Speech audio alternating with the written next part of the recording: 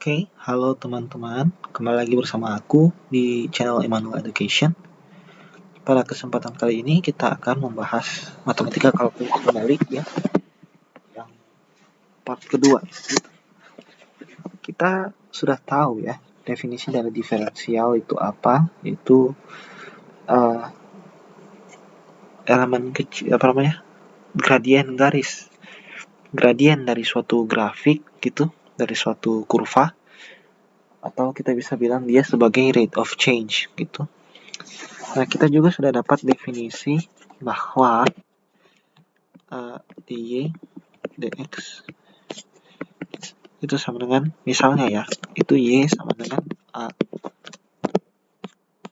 ax gitu, ax pangkat n, maka dapatnya itu adalah dx ax pangkat n itu sama dengan n ax pangkat n min 1 gitu.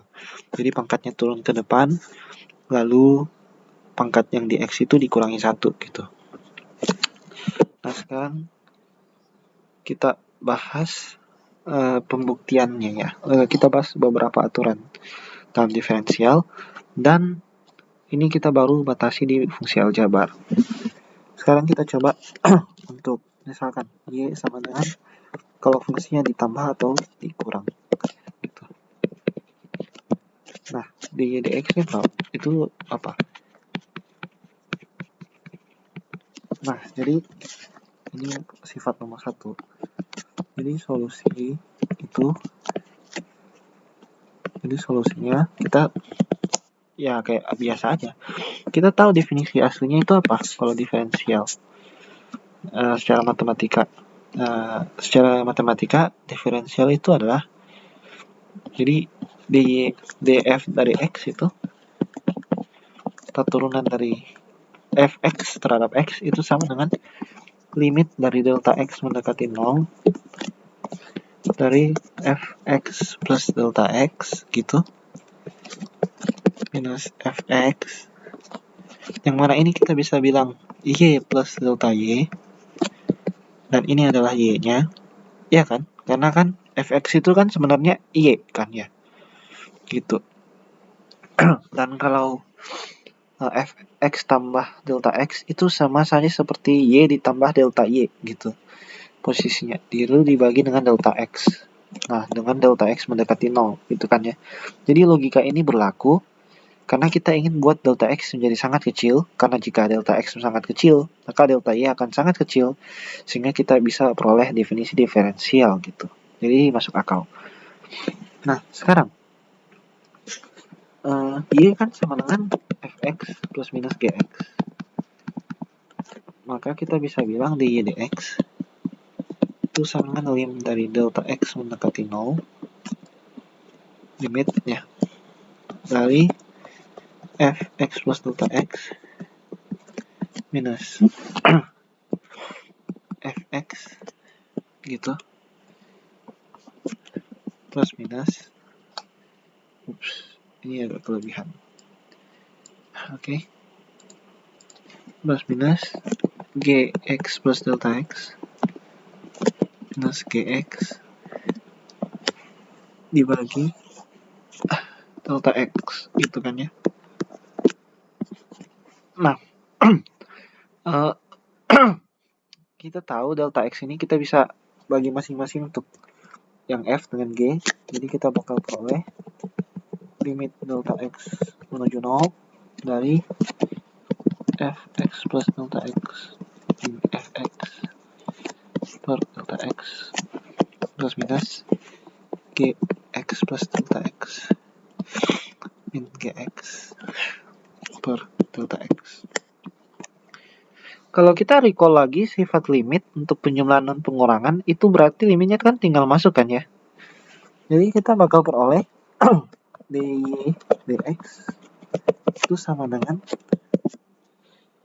limit delta x mendekati 0 gitu dari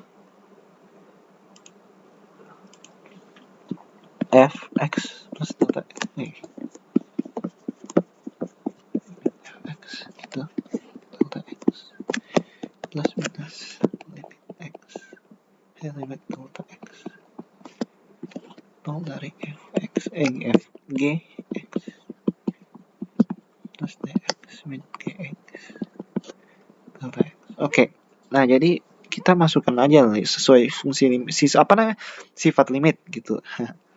Jadi kita kalau recall lagi baik-baik definisi limit gitu. Definisi limit kan kayak gini ya. Aku tandain merah gini. Kenapa aku kasih sengaja gitu? Karena aku ingin nunjukin ini. Pada dasarnya kalau kita membuktikan diferensial gitu, karena kita mau lihat ya, apa yang terjadi kalau kita turunin penjumlahan itu ya, fungsi yang dijumlahkan, fungsi yang terbentuk dari penjumlahan atau pengurangan dua fungsi, kita ingin lihat diferensialnya kayak gimana. Nah, kita mau cari ya yang saya tanda merah ini gitu. Kita mau nemuin bentuk yang saya tandain merah. Biar kita tahu df dx dengan dg dx itu hubungannya apa di dalam turunannya gitu. Jadi kita dapat ini, yang artinya kalau kita recall lagi definisinya, ini kita bakal dapat dy dx gitu, itu sama dengan df dari x dx plus minus dgx dx. Nah, itu sama dengan yang tadi gitu. Nah, jadi kita bisa dapat kesimpulan. Inilah sifat penjumlahan dan pengurangan. Oke. Ini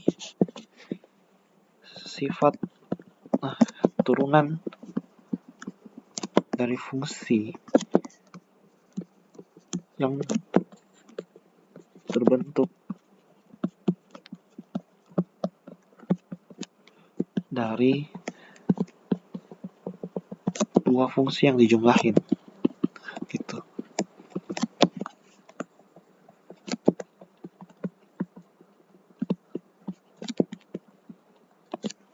Oke. Nah, oke, jadi aku pikir kita sampai di sini atau enggak ya? Oh, enggak sih, masih ada. Sekarang kita mau buktiin lagi untuk sifat dari perkalian ya. 2, bagaimana kalau ini? Ya udah, kita cari lagi bentuk itu gitu. dy dx itu sama saja delta x mendekati 0 itu dari fx. Oh, kayaknya panjang ya. Nanti aja, besok aja deh. Nah, ini panjang. Kalau saya mau jelasin satu-satu. Jadi aku rangkum aja apa yang kita sudah bahas. Yang terjadi di sini kita ingin membuktikan, kita ingin mencari tahu gitu turunan dari sebuah fungsi jika fungsi itu terbentuk dari dua buah fungsi yang dijumlah atau dikurangin gitu. Dan bisa berlaku jika itu fungsi terbentuk dari 3 buah fungsi atau 4 buah fungsi atau bahkan hingga n fungsi yang dijumlah atau dikurangin. Yaitu dengan cara ya kita masukin aja diferensialnya ke dalam. Jadi kita masukkan diferensialnya ke dalam, jadinya adalah dy dx itu sama dengan df x dx plus minus dgx dx, kalau ditambah lagi dh plus minus dhx dx dan seterusnya. Jadi cuman masing-masing cari turunan masing-masing fungsi pembentuk itu, lalu dijumlahin atau dikurangin tergantung dengan bagaimana tadi fungsi awalnya gitu. Gitu aja gitu. Oke.